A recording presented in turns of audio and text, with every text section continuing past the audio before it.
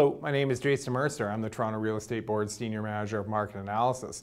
With the second quarter behind us, it makes sense to take a look back at how the commercial market fared over the past 3 months and also what we saw in terms of the underlying economic drivers.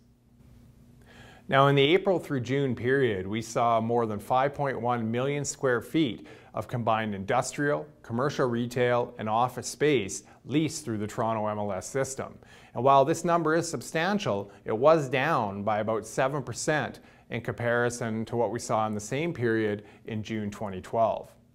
And now, as is normally the case, more than 3/4 of these leasing transactions was accounted for by the industrial segment of the market, and this large segment was wholly responsible for that decline that we saw on a year-over-year basis.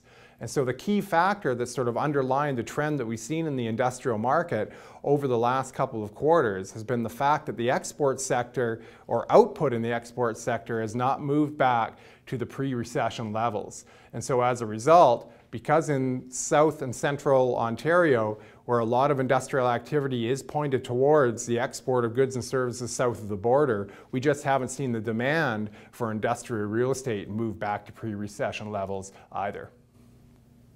Now, it's important to note that even with total lease transactions down on a year-over-year basis, we did see average pricing hold up quite well. If you look at the industrial segment, for example, we saw the average lease rate for transactions reported on a per square foot net basis down by only about 1.5% in comparison to last year. Conversely, if you look at the commercial, retail, and office sectors that actually saw an increase in activity, we also saw an increase in average lease rates as well. The commercial, retail, and office markets are linked to a broad array of economic sectors, and labor market activity points to improved growth moving forward. We've seen over the last few months a strong upward trend in job growth, and also if we look back over the last 2 years, we've also seen a receding unemployment rate. In fact, in May, the unemployment rate reached the lowest level in 20 months. And so looking forward, if we continue to see tightening labor market conditions, this will also bode well for strong growth in wages and salaries, which of course will feed through into more demand for consumer goods and services, which is an important driver of the Canadian market as a whole, and that should feed through into increased demand in some parts of the commercial real estate market. Now, many economic indicators, and certainly the consensus outlook for the Canadian economy, point to improved growth moving forward. And so this obviously feeds through into an outlook for improvement in the commercial real estate market as well.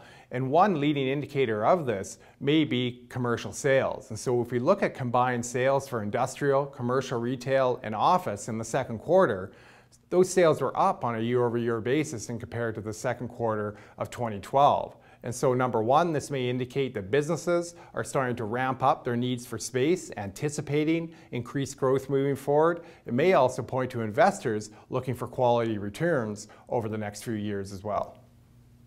So with all this information in mind, I hope you all have a great summer, and I look forward to speaking with you again following the end of the third quarter.